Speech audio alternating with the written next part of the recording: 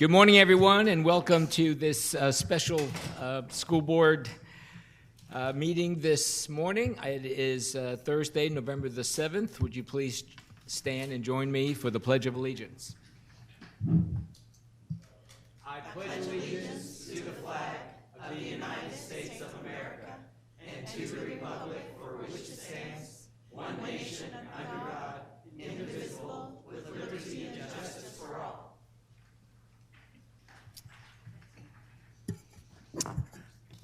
Once again, good morning, and thank you for those who are in the audience and also for those who are listening via the internet. I'd like to begin the meeting, as I do each and every meeting, by introducing the people around me. So starting on my far left, from District 3, School Board Member Linda Cuthbert.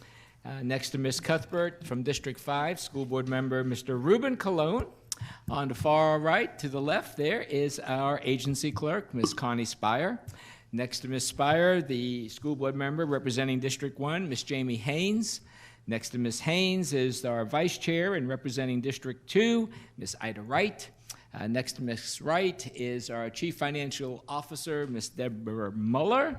And next to Ms. Muller, you got me, and I'm the chair and representing District 4, Carl Persis. So, once again, welcome everyone.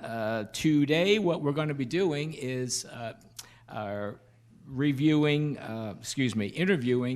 three finalists for the superintendent position, and just a little overview about that for board members. So we're on a strict timeline here for this. And Ms. Messina has drilled it into my head that we must stick to our time frames. So my understanding is that each of you will have about 12 minutes for your part. That includes myself. So we each have about 12 minutes, and then there'll be a time for closing comments from the candidates, and then we will have, after the first candidate, we have a lunch break, and then we'll come back after that to have the second candidate, and then we'll have a 15-minute break only before we start the final candidate. So just to give you some idea of how this process is going to work. So I think at this time, unless board members, do you have any questions about the process itself? Then seeing none, then I think at this time we'll bring in our first candidate. Board members, this is Dr. Scott Fritz. Good morning. Good morning, Good morning, Dr. Fritz. And I also want to let Dr. Fritz know that, in the audience here, we have our General Counsel, Mr. Stacy Manning, Operations Officer and head of just about everything around here, dealing with safety and security and a lot of other things. Greg Akins is his name.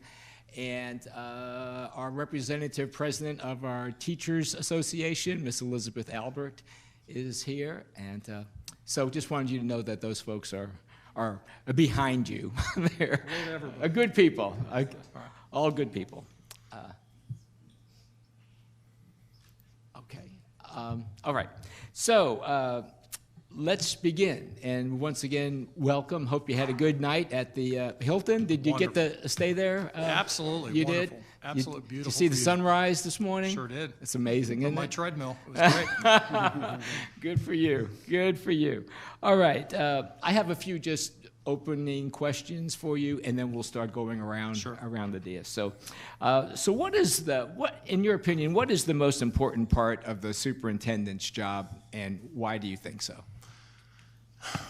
To start off with, I really do believe that establishing a system of communication is absolutely the most important thing that a superintendent can do. And that communication goes all the way from the top down to the delivery chain to those end folks in the classrooms and the staff that's here. That delivery chain has to be pure. And that's why one of the things that I believe is that one message.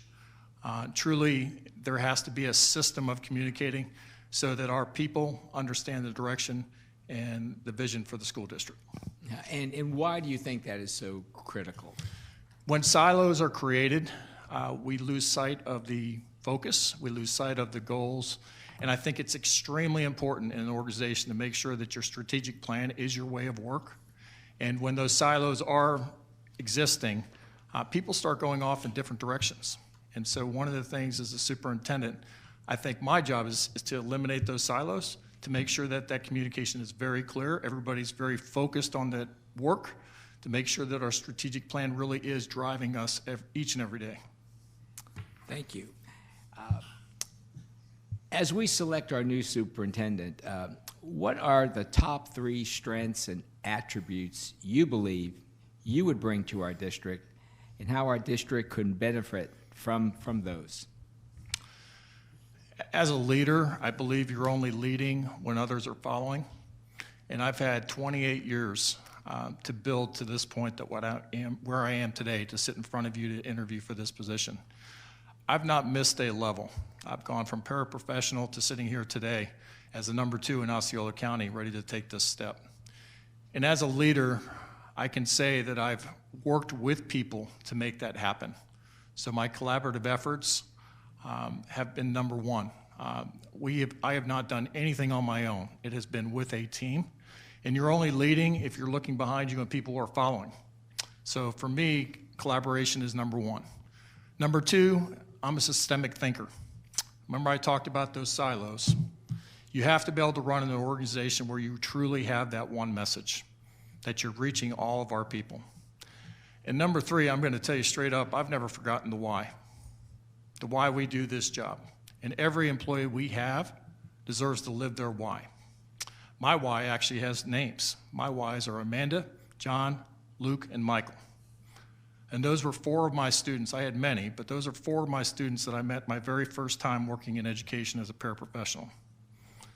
So I think that drives me each and every day. There's not a day that goes by that I don't think of those 4. And that's why I believe that that is one of the strengths that a superintendent needs.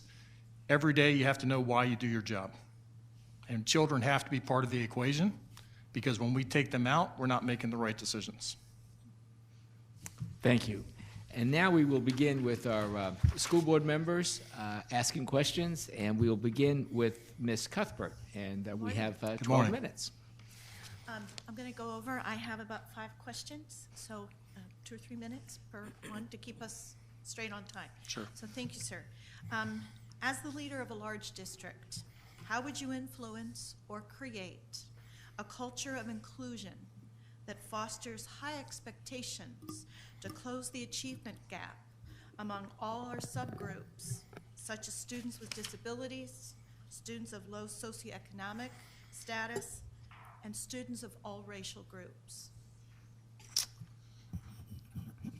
Inclusion goes to culture. It speaks about the culture that we have created in our schools. I think one of the things that we have to do for all of our schools is have stability and leadership. I'm a big believer that leadership matters. And so when we say all means all, it really has to mean all. All students have opportunities to be successful. They may need different scaffolds. I love the illustration where children are looking at the fence and looking over at the baseball game. And then you have 3 little kids, one standing on 2 boxes, one standing on 1 box, and the other is looking over the fence. Our job as educators is to provide the boxes so that all of our students can excel. And that truly does mean all. Our most challenging students that are ESE, and that was where I got my background as a paraprofessional and then a teacher. I've seen amazing accomplishments with our ESE students. And as a school district, part of our job needs to be to take those students that are graduating in the areas of VSE and making sure that they are valued members of society. They have to be able to go to work for us. And as a school district, I would challenge us to make sure that we're making that happen and showing our partners in the community that not only do we educate our students that have ESE, but we also employ them. So in Osceola County, one of the things I would love to mention is that we have a program where we are taking 10 students a year and training them in our warehouse, our food service, and our custodial. And at the end of their successful internship, When they age out at 22, we hire them. So, Thank you. Yes. Thanks very much. What innovative ideas do you just might happen to have for Volusia County schools to address the graduation rates across all subpopulations? So I got to tell you, that's the low-hanging fruit. We have two. It's graduation and acceleration in the high schools. No one would ever throw away $100,000. And when we think about educating students from K to 12th grade, that's approximately the expenditure that we have to spend, taxpayers have to pay. So every time a student doesn't cross that stage, that's money being wasted. We have to change the conversation. In Volusia County, in Volusia County schools, we have to change the conversation. When they enter 9th grade, it's not about getting the proper credits that they have to walk across that stage.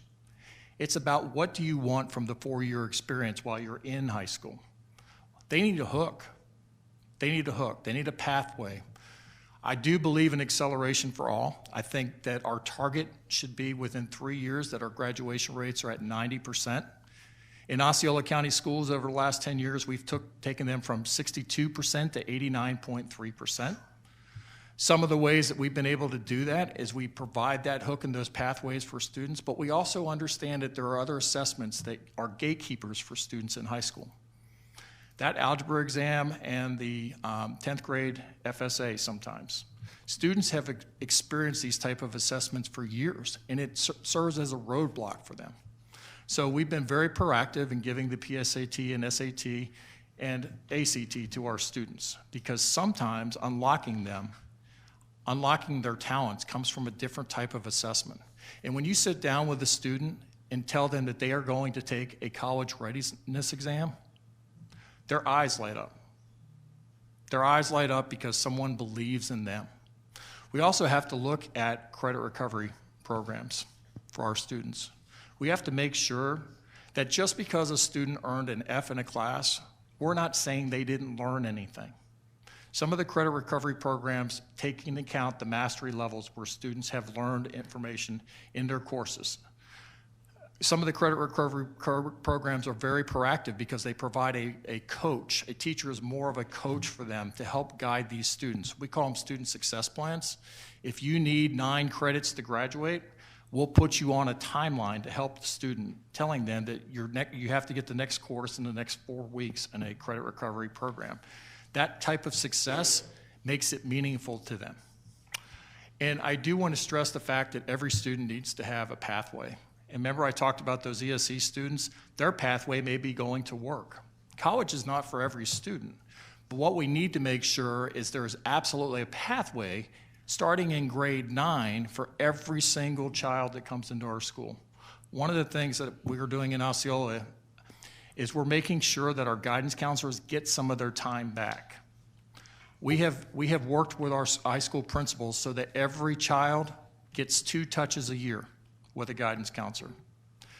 Now, that's why the guidance counselors went into that business. I think that's something that we should be committed to. That means we may have to look at some of the things we're asking them to do, but there have to be at least 8 times in a high school career that a guidance counselor is sitting down with a student asking what direction they want to go. How are they doing? How do we help them cross the stage and make sure that high school is about preparing them for the next step? Okay, to tag on that, I do know, bringing a concern of teachers and on the campus, how would you assist teachers and school principals in handling the too many distractions that now face our classrooms? Special assemblies, fairs, drills, because we just don't have fire drills now, we have lockdown practice. Concerts, pull-out meetings, special events, guest speakers, that any school day brings to the classroom while preserving the supporting the precious academic time for not only teachers to carry out their planning, but also for students to continue their lifelong learning. So I think a lot of this goes back to that one system that I talked about. I truly believe that one of my first tasks will be to establish focus groups with my principals. I would want to do that with elementary, middle, and high. And I say that word, my principals, because I want you to understand that as the superintendent, there will be a bond between me and the principals in this school district. We will work together. I need them to hear things directly from me, and they need to hear, I need to hear things directly from them. So one of the things that we will look at doing is making sure that there's such a communication that we're understanding what things we have to do. I mean, the law is very clear. Those drills have to be done. We don't have an option not to. So those are things that have to be done.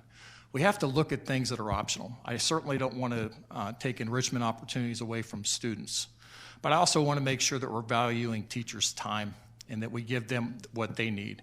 The partnership between myself and Elizabeth and her team is going to be critical. Those meetings that she and I will have will be regular. And really, the more she and I can put out there one message together, the stronger this school district's going to be. I do believe that that's very doable. I think that the union and myself have very similar goals. We want to make sure that teachers have time to do their jobs to educate our students. We all want them to nurture their why. And so a big way that I think I'm doing that, Ms. Cuthbert, is to make sure that we're having those regular communications and that I truly understand what the needs of this district are. Once I hear them in those listening tours, I think that I shared a little bit in my writings about what those listening tours would look like. I'm going to go in and ask those 4 questions. What does success look like in Volusia County schools? What initiatives are helping our students be successful? What traditions or initiatives should we just discontinue? And what's your greatest concern in Volusia County schools? Thank you very much. Yes, ma'am. My last question, I'm glad to get 4 out of 5. What is your vision for student learning, especially online learning, STEM, as well as CTE? So I'll stay right off the way from the beginning that I want to see us expand CTE offerings.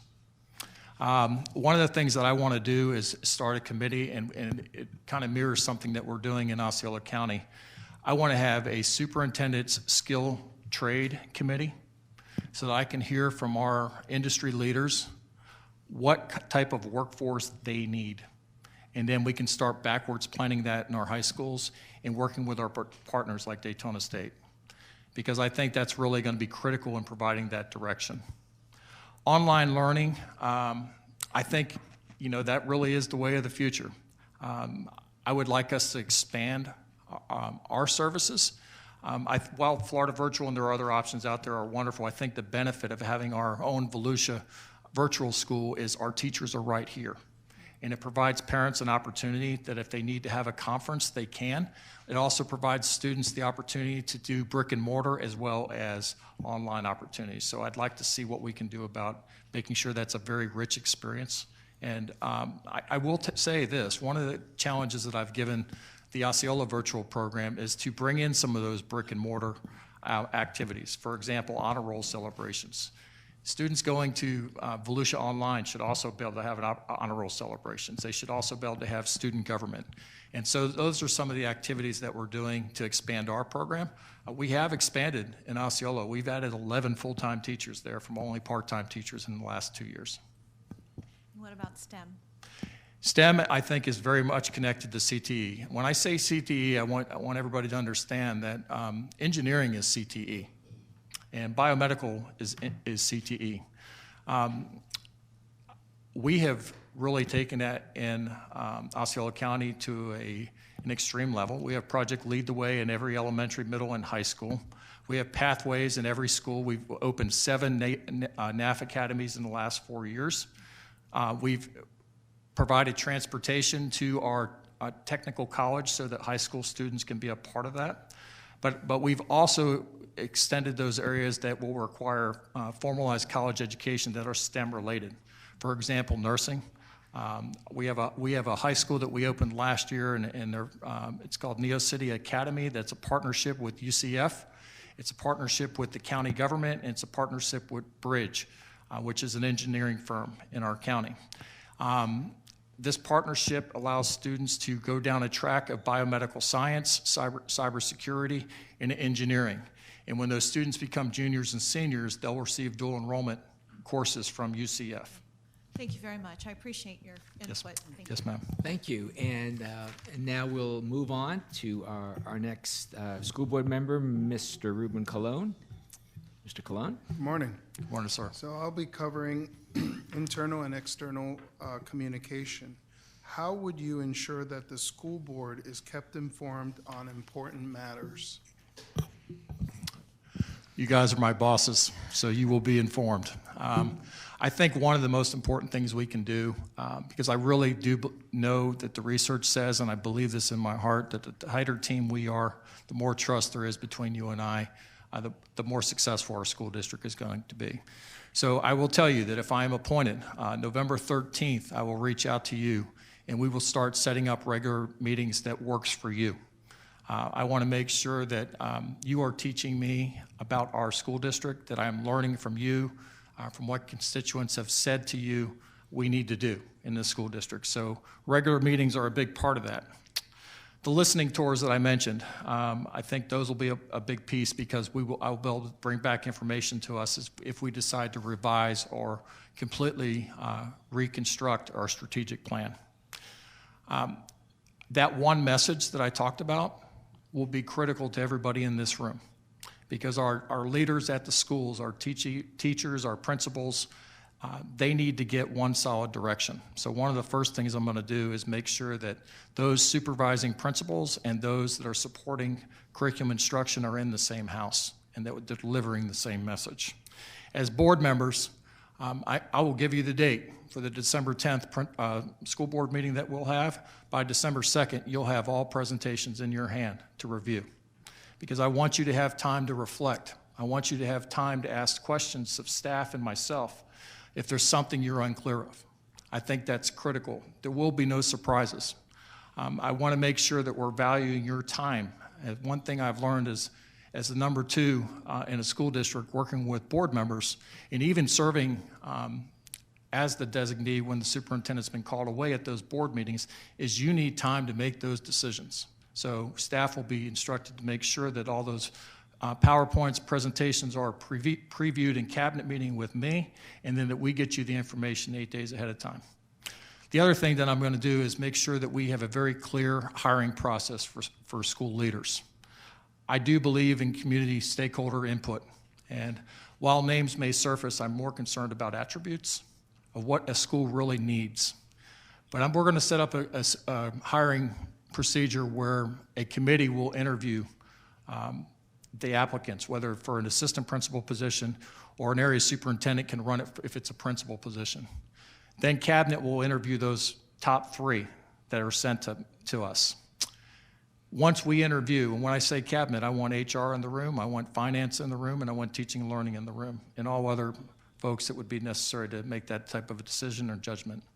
Then on that Friday or Monday before the board meeting, I will call you, each one of you, personally, and tell you what the recommendation would be, so that you're not surprised at the dais who I'm recommending, because you've been in the community a long time, and I want to know your input.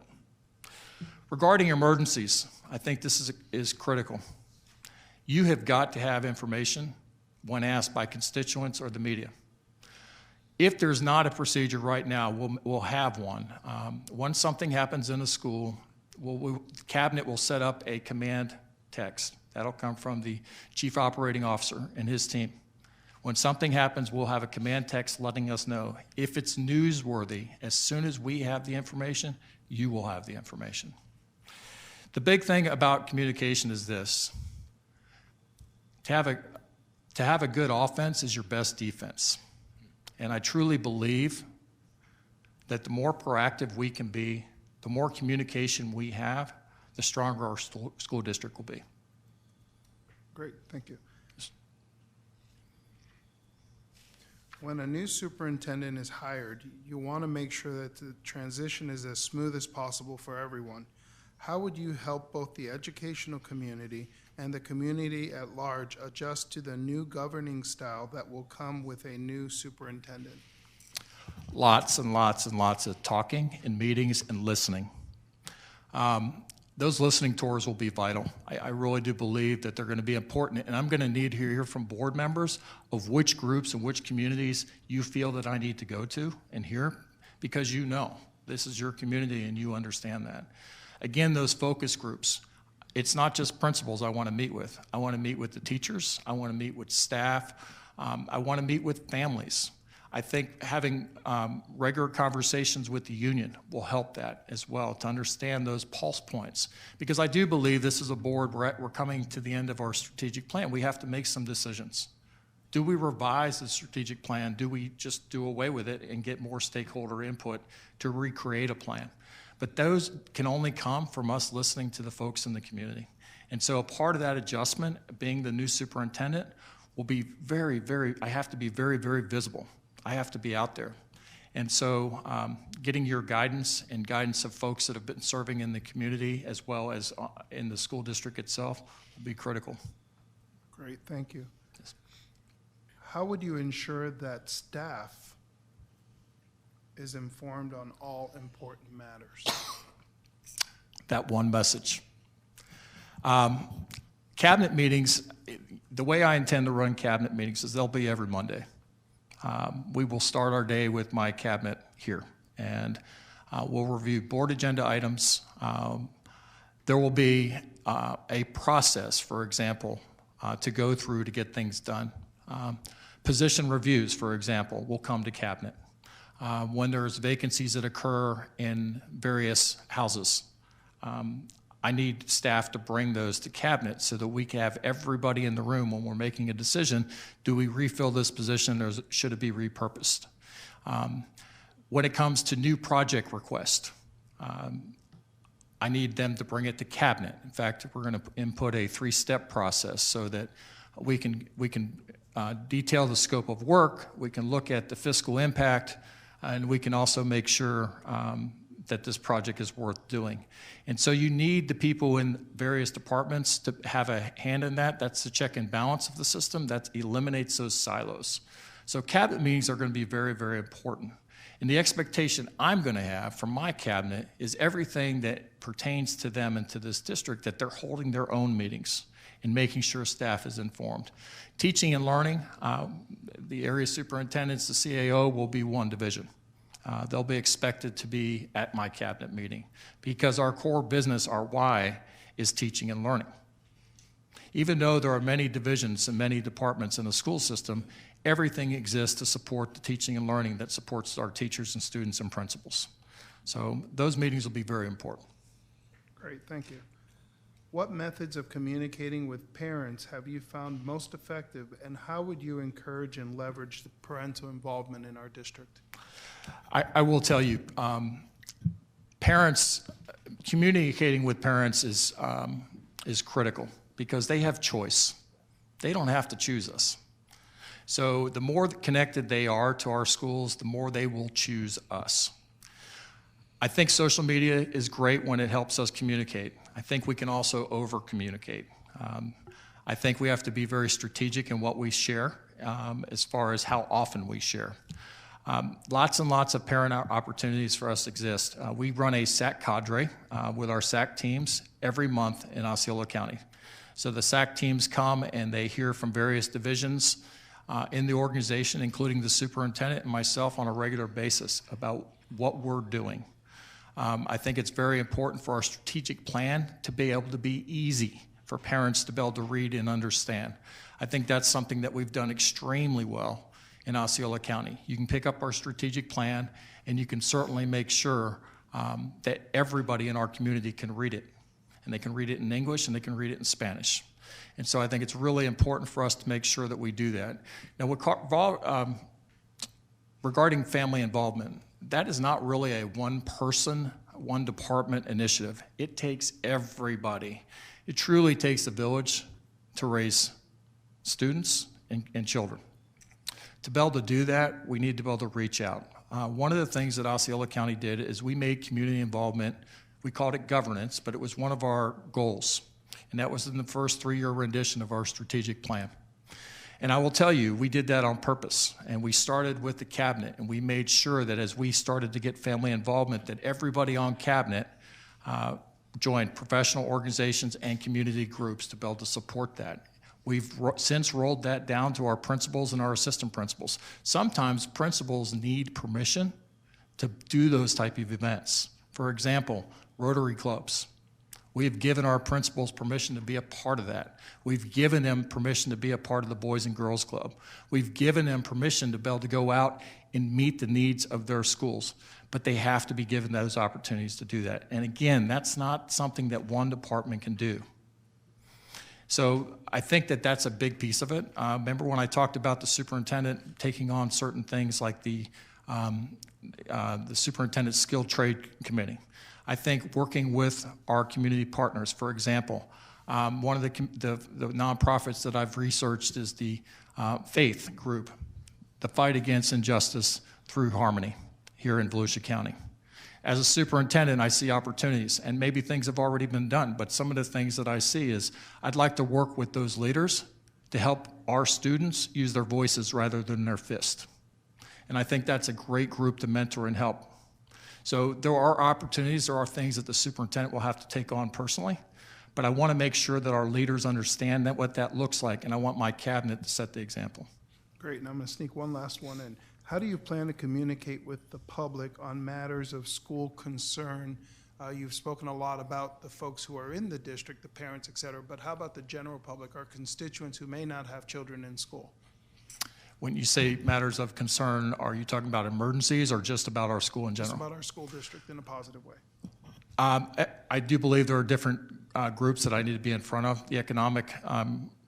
The economic affiliates such as chambers and rotaries I certainly need to be a part of. I need to make sure that my cabinet is as well.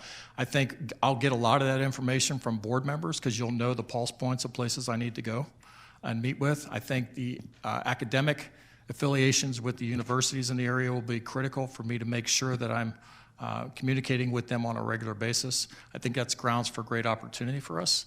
And again, those 501Cs and those nonprofits that are out there in the community, from you as board members, I need to know which ones to be a part of. Great, thank you so much. Yes, sir. Thank you, Mr. Cologne. And we're moving on. Next questions will be from school board member, Ms. Jamie Haynes. Thanks.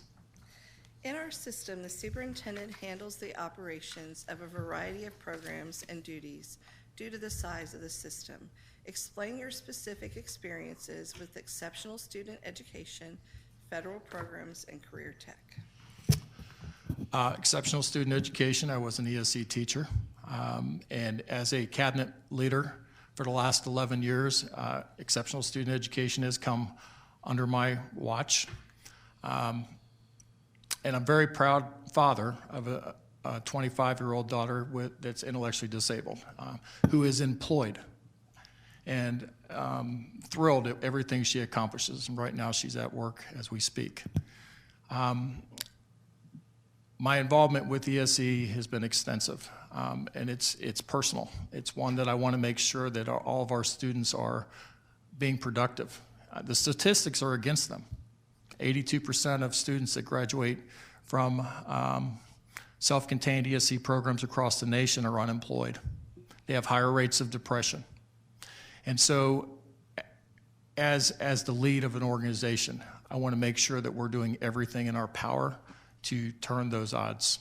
I think that's why I mentioned earlier that we have to own part of that. There's always a need for employees in a school district. We have to be willing to hire them. And as a superintendent, that'll be a huge initiative for me. The other thing you mentioned was CTE. CTE, again, when it used to be, and it was wrongly said, but it was said that, well, if you don't go to college, maybe you can be a plumber, okay? My best friend is an electrician, and his toys are a lot nicer than mine. I can share with you that those are noble professions. And we need to encourage that. In school systems around the country, we hurt for HVAC employees, we hurt for electricians. We need to create those right here. We have the workforce. We have 63,000 students. That's about changing the conversation. And you have to have the conversation early. And it's okay if a kid says, I want to be a diesel mechanic. In Osceola County, over the last 4 years, we have opened electrical, plumbing, manufacturing. Welding is on the way. Very excited about that opportunity. And we've added 7 NAF academies in our high schools. So the other area was Title I or federal programs? Title I and federal programs has also been under my purview. We have had exceptional audits. I'm very pleased with that. But when I look at Title I funding, and I'm going to share how that's done, our whole budgeting process in Osceola County, there is an opportunity for principals to sit down with me and our team. That's all of teaching and learning, human resources, finance, and operations. And every year they sit down with us and we go through each school's needs and how they're going to spend those dollars. And there's specific emphasis on Title I, because that Title I service should be something different. It should be something on top of what the school district is already responsible for doing. So we engage in conversation with each principal about how they will spend their Title I dollars. And so some districts, I'll be honest with you, they just let principals take care of it. And the way I envision this working here in Volusia County is same way. I will model it for the first year, because I want them to see how it's done. But we will sit down with all divisions and school principals to make sure that we are getting their needs met, and there has to be conversation around those federal programs and how we spend those dollars, because as you know, the feds are getting tighter and tighter and more critical about how we use them. So to piggyback on your response there, my next question is, to what degree do you believe responsibilities can and should be delegated to principals? How would you hold them accountable for accomplishing those responsibilities? The building leader is responsible for everything that happens on that campus, as the superintendent is responsible for everything that happens in their school district. How I would hold them accountable. Bar none, their most important responsibility will be the students and staff that they have. And I will say this. While we all want our leaders to be successful, sometimes we have to ask ourselves very difficult questions. And when it comes to hiring people, when I hire an assistant principal, I'm not hiring an assistant principal, I'm hiring a future principal. And so if I have clogs in the pipeline, if I have folks that are blocking our progress, tough decisions may have to be made. And that's okay. Because the reality is the instructional leader at the school, the principal and the assistant principals, are the second most impactful variable for student achievement, the first being the teacher. And so if I have something not working, we'll take care of it. From a district perspective, explain how student performance standards impact planning and prioritizing of facilities, fiscal, technological, and human resource projects. So I'll go back to something I said earlier. When we take students out of the equation, we're not asking the right questions. So students have to be the center. That's why I like the allocation process that I described to you, that when we get into a room, we have all departments there working with the principals about their next year's needs. I will share with you, that's not a one and done. I typically meet with my principals in March. We go through that allocation process, because here's something important to remember. That allocation process around their needs drives not only the academic day that they're going to have, but also our human resources, because of what teachers we're going to have in the school. The allocation process drives that. So I don't want to wait until April. I want our schools by the end of February to have their allocations so that they can start planning. Having that meeting with myself and staff this first year will be critical. Now, I will share with you, once I feel that staff has that, probably year 2, I'll turn that over to my lead for teaching and learning. But year 1, I want them to see that. And I want to make sure that HR is in the room, because as a principal talks about vacancies in March, I want to make sure that we're jumping on it. Regarding vacancies, I'll just say to you that that's a 365-day-a-year job. I mean, we have no longer the opportunity to have a hiring season in our business. And one of the things that I would do with our HR staff, just so you understand how it comes back to students, is I would ask them to establish their quotas, that we would actually try to make a quota system. So if we have 300 vacancies in Volusia County schools every year, then I would want them to start working on that. There are certain things that we can do to make that happen. How would you characterize your relationships with employee groups in the current position? in your current position? And how would the unions in your current and previous districts describe them? Well, I could tell you, my secret to success working with talented people has been in my relationships with them. There is no doubt about it. I'm sure that there are a few of my friends and family watching this interview today, rooting me on. So relationships are a key piece of what I do. I can tell you that my relationships with the unions have been strong. Two of my references, one being the president for Osceola County. Another reference, it's not a letter, but it's on there, is a teacher that had moved with me when I was principal at Benito Middle School to open Junta, and he was our CTA rep. It's about getting down to the root of it. It's about why we do what we do, getting back to our why.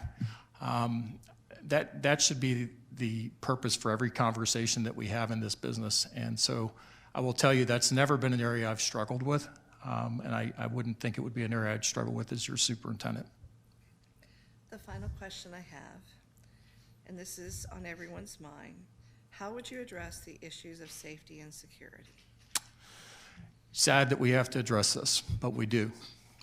First thing that I will think about it was this morning when I got up, and the last thing I'll think about when I go back to sleep tonight. There are some things that out there that we have to do because of compliance, and so certainly you mentioned the drills; they have to be done. But there's some proactive things that I think will be our best defense as well. I would want to meet with law enforcement. Sheriff Chitwood and I need to probably get together and do some public service announcements about what is acceptable behavior so that our students see it coming from me and from him. I think those public service announcements should be something that we refresh every year. I think that we have to address the mental health issue in our schools. I'm going to tell you, in Osceola County, we've added over 40 guidance counselors in the last 4 years and have done that intentionally. And if money was endless, I would add more and more. Because I think guidance counselors need to get back to the root of their job, which is working with children. I think social emotional learning, that's the one thing of the law that while some districts have said, golly, that's one more thing we got to do. Yes, that's one more thing we have to do. We have to make sure our children are healthy. We have to make sure that they're getting their emotional needs met. That means they have to have contact with caring adults each and every day. So I think that was actually a good decision by the legislation to make sure that that happens. Again, those compliance areas, I do think that we have to make sure those get done. This school district cannot afford not to be compliant. We have to do that. We have to make sure that the training is there for our folks. Again, it may not be convenient, but you know what? We want to avoid tragedy at all costs. And so therefore, we have to make sure that we have a very proactive team. My safety and security director will live, breathe, and sleep safety and security. I expect updates daily.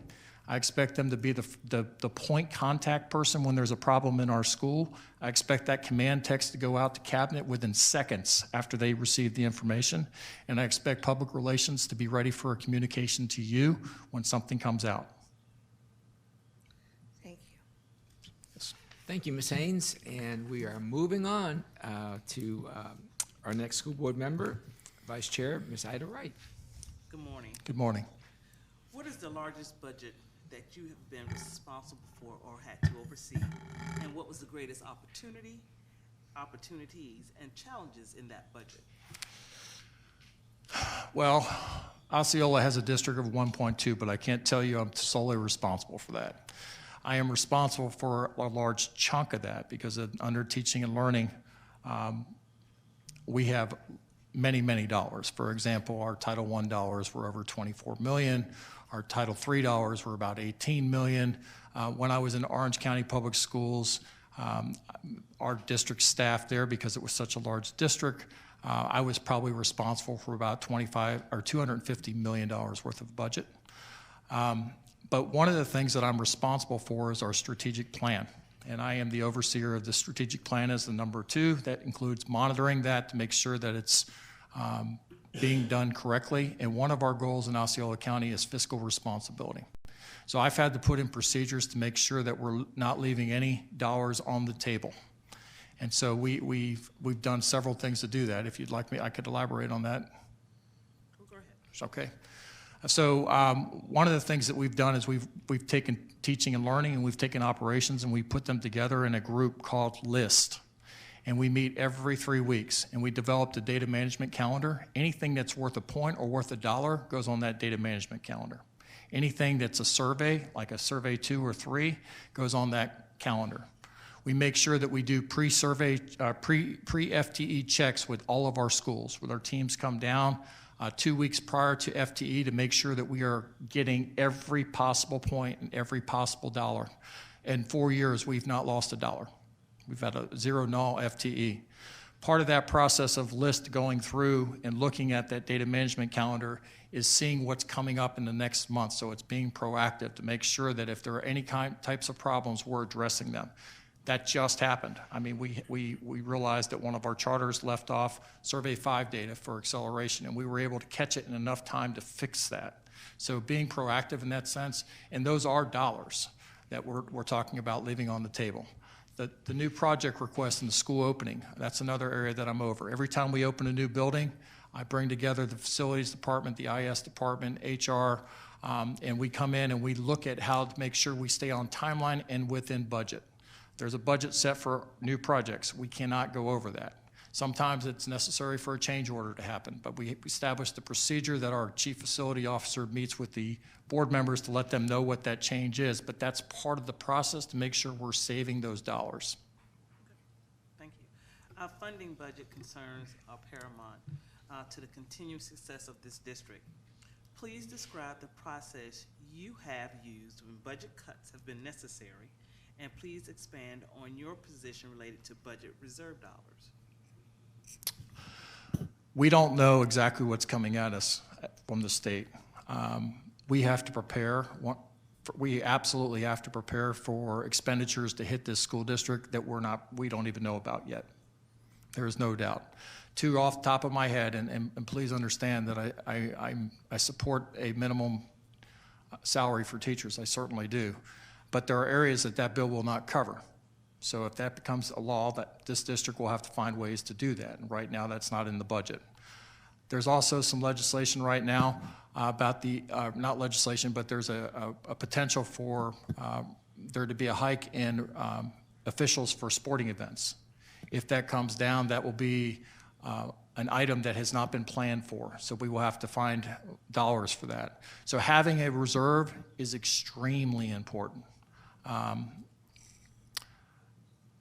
It's not my money, it's not your money, but it's our money. And we have to make sure that we're looking after it the way that our constituents would expect us to. And part of our job is to pass the baton to the next generation of school board members and superintendent to make sure that those funds are there. And Ms. Wright, there was a little more to your question. Would you mind repeating that? Sure. Our funding budget concerns are paramount to the continuing success of the district. Please describe the process you have used when budget cuts have been necessary, and please expand on your position related to budget reserve. When I look at budget cuts and budgets in general, there are really 3 areas. There's human resources, which is where we spend a large portion of our money. There's a teaching and learning component, and there's also an operation piece. I've described some of the processes with you for operations and how we've saved some of those monies, but I'd like to address the teaching and learning piece. The teaching and learning piece, we throw lots of money sometimes at curriculum, and that's not just a Volusia thing, that's across the country. We throw a lot.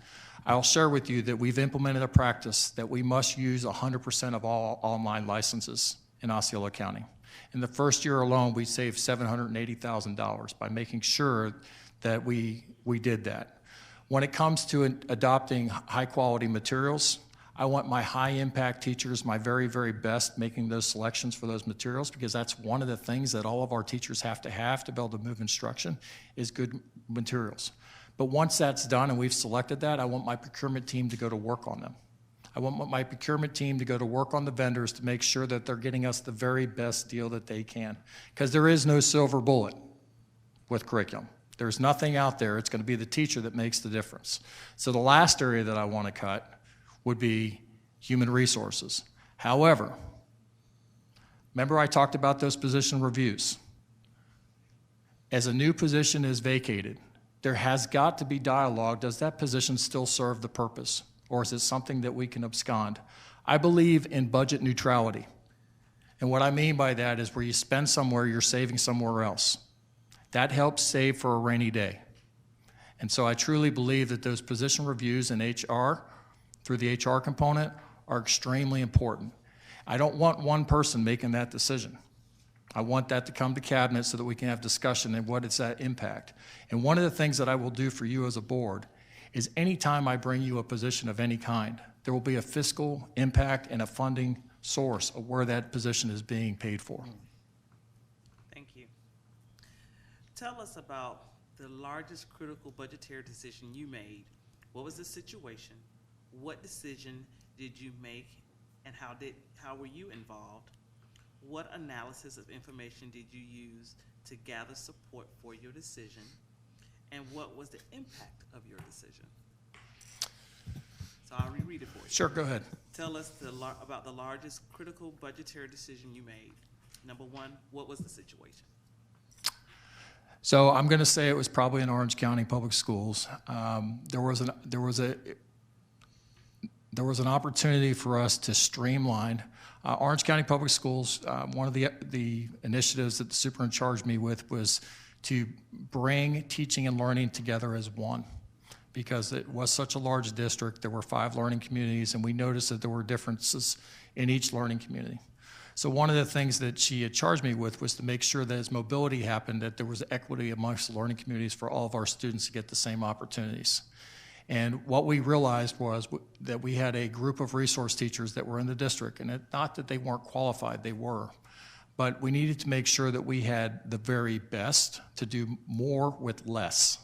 So one of the things that we did is we redesigned that HR position of a resource teacher for the teaching and learning division and turned it into a program specialist position. So it was a higher caliber position, but it was also a position that would do more for their job to unify the entire district. That meant that 138 instructional coaches had the opportunity to apply for about 50 positions. They were going to have jobs in our district, but they weren't going to have those jobs. And so we had to make, it was a situation where we had to create a new job description. We had to have people apply for those jobs. Well, 50 of them were happy, and 80 were not, because they didn't get the job. But it was a chance for us to restructure. We had those positions and those vacancies, so it was a cost savings. Those positions existed as vacancies in school sites, so those folks that did not get selected had to go back to schools. But it was a multi-million-dollar savings for us. That's it for me. Thank you. Thank you. Okay, thank you. My turn. Yes, sir.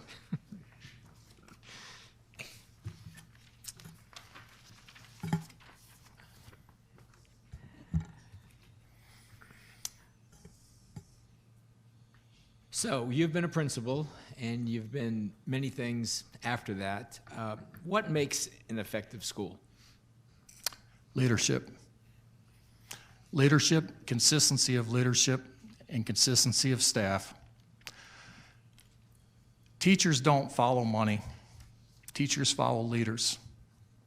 Close your eyes for a second. You don't have to really close your eyes. But think about the best job you ever had. I can almost guarantee you worked for a boss that you really respected. Leadership absolutely matters. One of the things that I would want to do as your superintendent is I would want to get a jump start. If we have people that are retiring this year, I want to post the jobs in January. I want the new principal that's going to be a part of that school to make the hire, because those teachers are invested in their principals. They want to stay with them. And by June, I want every school leadership position that we know of in place so that they can use the summer to plan. I think that leadership is the number one thing. I think the teachers being able to stay at that school with that leader are important. In Osceola County, we have not lined up principals and shifted them to the right every 3 years. We've allowed them, as long as they're continuing to perform, to build a culture, to build something that they can be proud of, to build their legacy. And their teachers stay with them. And I think that's very powerful. So let's stick with that. So how do you evaluate effectiveness? Number one factor is their students. Are their students excelling? Are they performing? How does the community feel about the principals? You know, we do a lot of surveys to find out.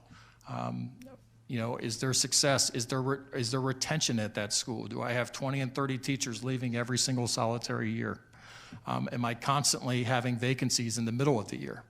Those are all factors and signs for me about leadership in a school. What do you feel is the single most important piece of data that will drive our district forward? I'm going to tell you, I'll backwards, I think it's the graduation rate. I really do. That to me is, as we look as educators, I attend every single graduation, and I would here in Volusia County too. When those kids cross that stage, our folks have done what they were supposed to do. The challenge I want every kid to cross the stage with a plan for something next.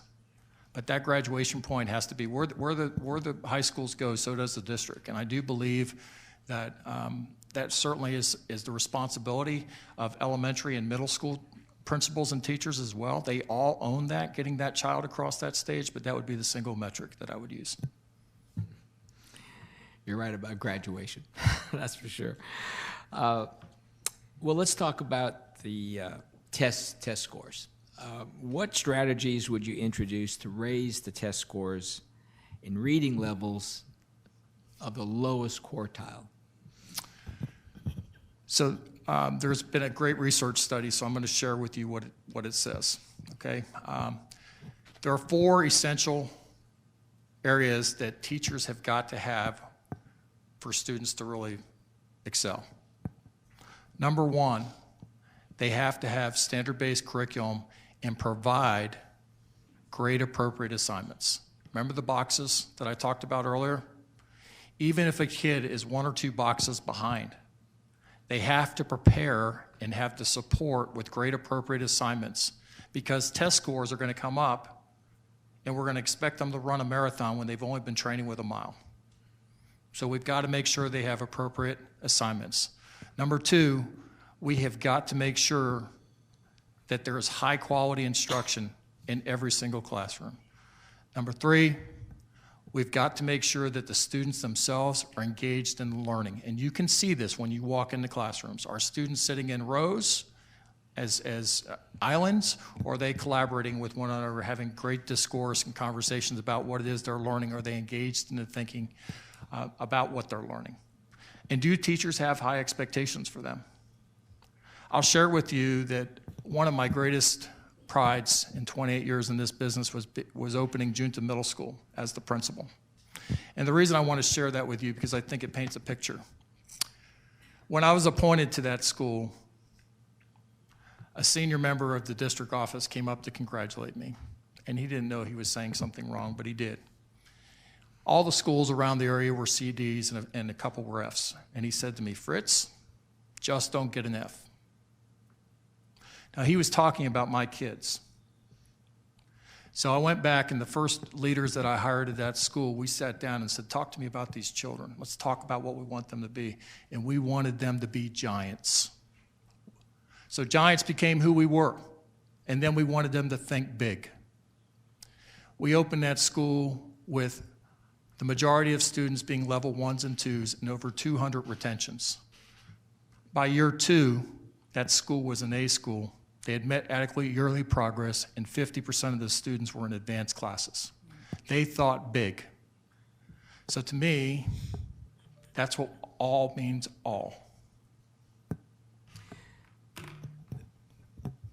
I asked you about the strategies for the lowest quartile. Yes, sir. And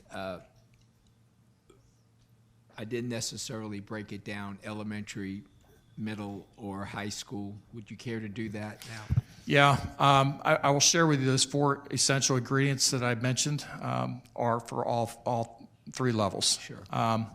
But our elementary schools in particular are 7 on the lowest 300. I think there are certain things that we have to do. One of those, I would bring a process to those schools this first year called stock take. And what that would be is that would be regular monitoring of the student performance paying close attention to those bottom quartiles. It would be regular monitoring every 2 weeks from now until the end of the year. And we would have fluid interventions. And what I mean by that is, let's propose you were a fourth grade student sitting in a math class and you were struggling with fractions and you needed help today because you weren't getting it. The time to intervene is today. So in elementary school, we have that triple I period. But what if you got fractions after that triple I experience and you started accelerating and going ahead? Fluid interventions means that you can remediate today and accelerate tomorrow. Some of the flaws that I see at the secondary level is when we remediate a child, we do it at a year at a time. We tell a student because they were a level 1 on the FSA that they have to be in intensive reading for the entire year. And I know why we do that. But do we ever really pulse check and try to accelerate that student throughout the year? It's one assessment, it's one time, and we allow them to do that. Our high schools have really started working in Osceola County to be able to address that. So as you address that bottom quartile, as kids are more successful, you give them more opportunities to be successful. You don't continue to drill and kill them forever. And explain your position at middle school too. So middle school is a unique opportunity. I will share with you that we piloted a program, and I've not seen any like it anywhere else. We call it Jump Start. You know, when a child is retained but somewhere between 3rd grade and 8th grade, there's an 80% shot that that child's not going to walk across the stage. So Jump Start is a program that we've taken select students, because there could be reasons they were retained. They could have had some trauma in their lives. But we've taken select students and we've taken 6th grade and 7th grade and put them together in 1 year. And we don't do this across the board, but we've done it with select students, and we've got 2 schools doing it right now in Osceola County. And we've taken students that are behind, and by the time they get to 8th grade, they're in algebra. So now we've taken students that are behind and we've increased their opportunities to go to college. That's also an opportunity in middle school to push mathematics and science in foreign language. That bottom quartile group of students have skills, and it's a really great opportunity for us to push and accelerate the mathematics. If we take 6th and 7th grade math and push it more together, we can get those students prepared for algebra in 8th grade. The reason that's so important is if you follow statistics and correlations, students that take algebra in 8th grade will graduate. When you're a 9th grade student taking algebra in an intensive reading class and you get an F in one of those classes, the odds are stacked against you that you'll ever walk across that stage. Part of what we need to do in middle school is make sure that we're preparing them for high school. Great. Board members, excuse me, we're running good on time, so you'll be able to ask another question. So kind of keep that in mind. Let me ask you, if you got this job, you started in January. Yes, sir. So what would be happening in January? What would be happening in April? What would be happening in June? Quickly. Okay, I would start November 13th, just so you know. Without a contract, I'm assuming. Right? Yeah, there are certain things that have to get done. We have to make sure that those 7 schools move. Those 7 elementary schools absolutely move. That we have to make sure that our meetings are set as board members and superintendent so that we can start those communications right away. And I would like to start listening tours as soon as the contract was ratified. So that's something I'd want to do. In January, I would want to make sure that we have that one message going with our teaching and learning so that our folks at the schools can truly understand the way of our work. I'd want to make sure that by February, we had a clear, February and March, we had a clear process for our budget allocations so that we could get a jump start on hiring. By April, I would want to make sure that we've gone through the district line items and make sure that all of those are starting to focus. And in April, I'd like to be able to come back April and May to this board and tell you what I've learned on our listening tours and the visits that I've been to and get your direction on whether or not you would like to revise our strategic plan, continue our strategic plan, or completely reconstruct our strategic plan. And if the idea is to reconstruct the strategic plan, then we would have to get started with stakeholder input at that point in time so that we would be ready for the next school year. By May, May and June, I'd like to have all administrators, assistant principals, and principals in their slots for the next school year. I think that's critical.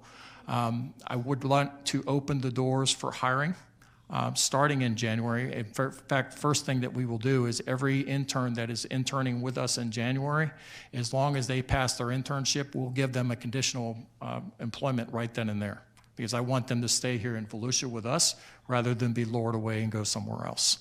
I think that will be critical for us. I think another thing that we need to do in June is those first-year teachers that we have, and we would be strategic about where we would do that, but schools of concern and struggle that still exist, I would want to bring those teachers on in June so that we could keep them warm with Volusia County. I'd like to bring them on and have them partner with a master teacher as we go through our summer programs, and then spend the rest of the time training them on curriculum, because I think retention is extremely important. And I think during pre-planning, our first-year teachers struggle with not having enough time to get everything in that they need.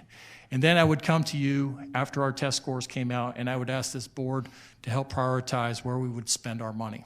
Our budget really, I heard this at a government finance conference that I went to last year, that our budget is our educational vision in numerical form. And so as the board, I would want you to be able to tell us and prioritize how we would spend the next year's budget as it relates to that strategic plan. The other thing I believe is every dollar we spend should go back to that plan in some way, and we should be able to quantify that. Thank you. All right, board members, you ready to go with your questions? So we'll put like a 3 minute, about a 3 minute or 4. I think 3. We better go to 3 now. Okay, so 3 minutes for each question. And Ms. Cuthbert, go ahead. Yeah, there's the one I didn't get to ask. So Yes, ma'am. About curriculum and instruction. Tell us a time that you have worked through with others or used an out-of-the-box approach to assist district achieve academic success. An out-of-the-box approach. Well, I will tell you some things that I'm very, very proud of. An out-of-the-box approach. Osceola County was the only district in 2017 to be awarded College Board's AP Honor Roll District. Very pleased and proud of our teachers and our folks for doing that. What that meant for us is that we had to look at advanced placement differently. We had to make sure that we were really opening access for our students. And that involves a lot of conversations, because I got to tell you, sometimes it's not the students that are afraid, it's the adults that are afraid.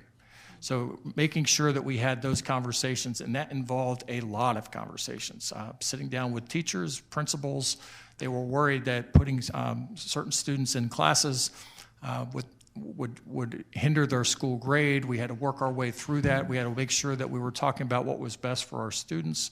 That's what started the conversation about opening up other opportunities. That 80% acceleration, that's an out-of-the-box idea. That's an out-of-the-box idea, and you have to have lots of conversations to help people understand, well, what if this was your child? I do a lot of that. Because when you personalize it like that, it becomes real, and you would want the adult to advocate for your child. So I'm also proud that when I was the first chief academic officer in Orange County Public Schools, we also won the AP Honor Roll District up there. And in 2014, we won the Distinguished Broad Prize for Urban Education. And that was for narrowing the achievement gap for our students, and it awarded them $500,000 worth of scholarships. Thank you. Mr. Cologne. Great, so I've asked all my questions, so I have a question. So I've often felt that we were not the providers of the news, and realizing we can't beat social media. Social media is fast. How comfortable do you feel, or how do you envision your role with the media, newspapers, and those folks who get the information to our stakeholders, and how we can be the source of the message rather than allowing others to be so? Well, I think school districts that do a good job with that, the superintendent's not afraid to get on camera themselves. I think that's pretty important, and Kelly's phenomenal, and there's times that she can handle that, but there's other times that I need to be the face of the school district. One of the things that I can assure this board is, even in tough times, you'll see a decor of diplomacy coming from me. Transparency is extremely important. One of the things that I highlight is no surprises. Part of that is being proactive. Part of that is just being transparent, and if something is wrong and we've made a mistake, owning it. Thank you. Thank you, Mr. Cologne. Ms. Haynes? So you answered all of mine, but I have an extra one. What is your plan for boosting and keeping morale among employees high? I'm going to go back to something I said because I still think this is the right answer. I think consistent quality leadership in our schools is number one. I do have a couple areas that I'd like to address, though. I don't know if it would be something that this board feels is appropriate or not, but something that might be important is customer service. Customer service is an area that I think sometimes even in our own internal organization, if a teacher is frustrated and trying to get answers or a principal's trying to get answers and they feel like they're not getting that, sometimes it's a straw that breaks the camel's back.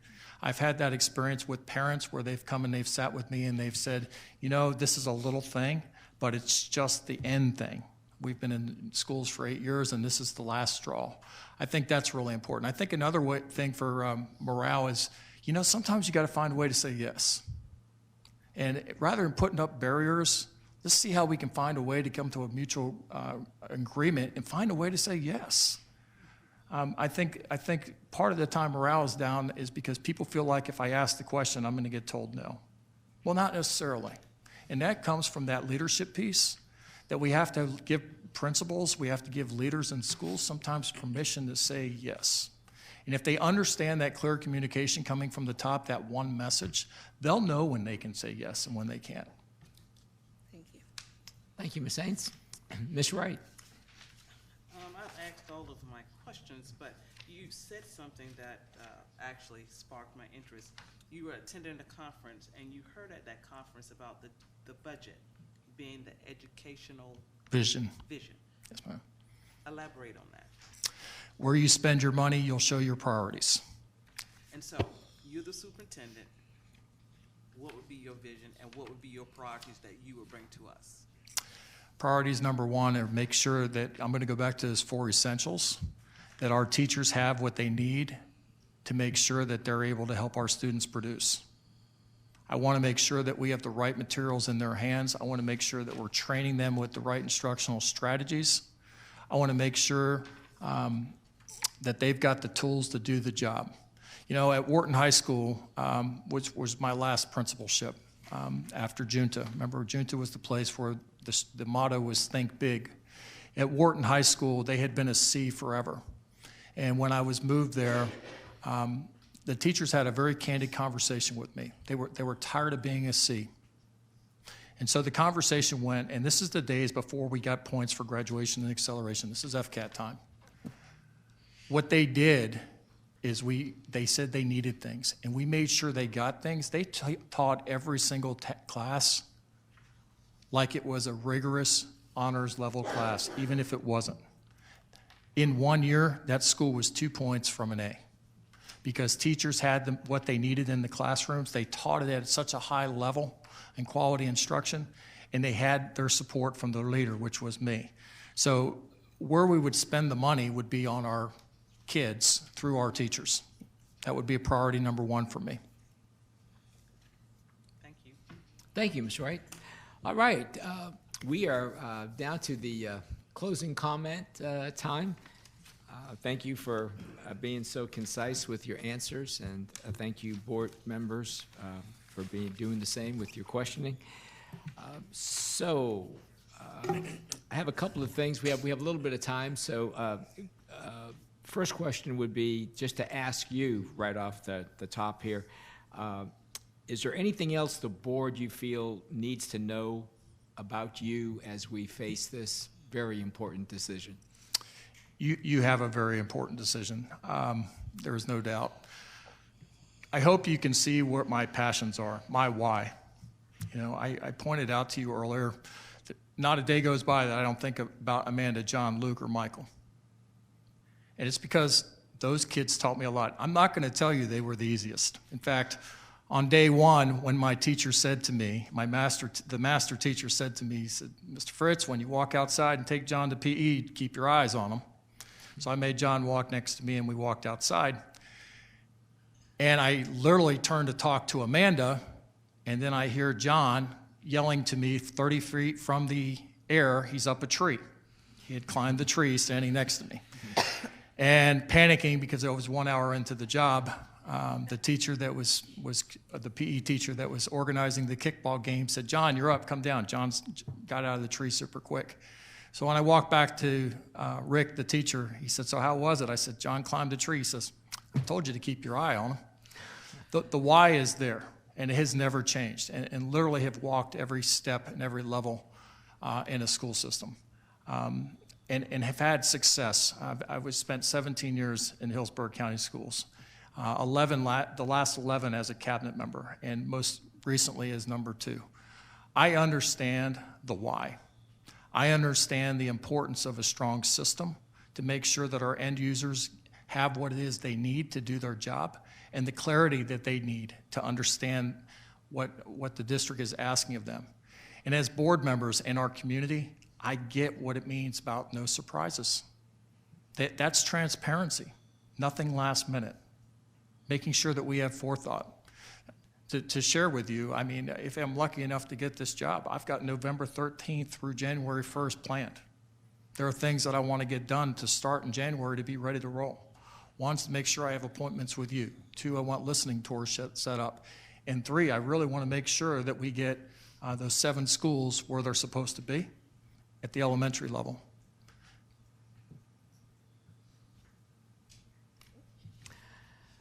Okay, well, that wraps it up for us. I just want to thank you, and I mean this in behalf of the board. Thank you so much for having such an amazing career. Thank you. For the dedication that you obviously have to students and in all the places where you have been. It certainly is to be commended, and we thank you once again. Just in case you didn't know, the board will be meeting on November the 12th to make this very important, and I'm sure which will become a very difficult decision. Yes. But we got to make it, and Yes. we will make it on November the 12th. Thank you again for being here, and Thank I you. hope you enjoy your time here in Volusia County. Don't forget the reception this evening, and tomorrow I think you're going to have a little tour too. You'll be seeing 3 schools, I think, tomorrow. That's today. Today, He's tomorrow. meeting with us tomorrow. Tomorrow, that's right, tomorrow. Yes, I'm just the chair. I don't know anything. But anyway, enjoy your time here in Volusia County, and we'll see you later this evening. Thank you. Thank you.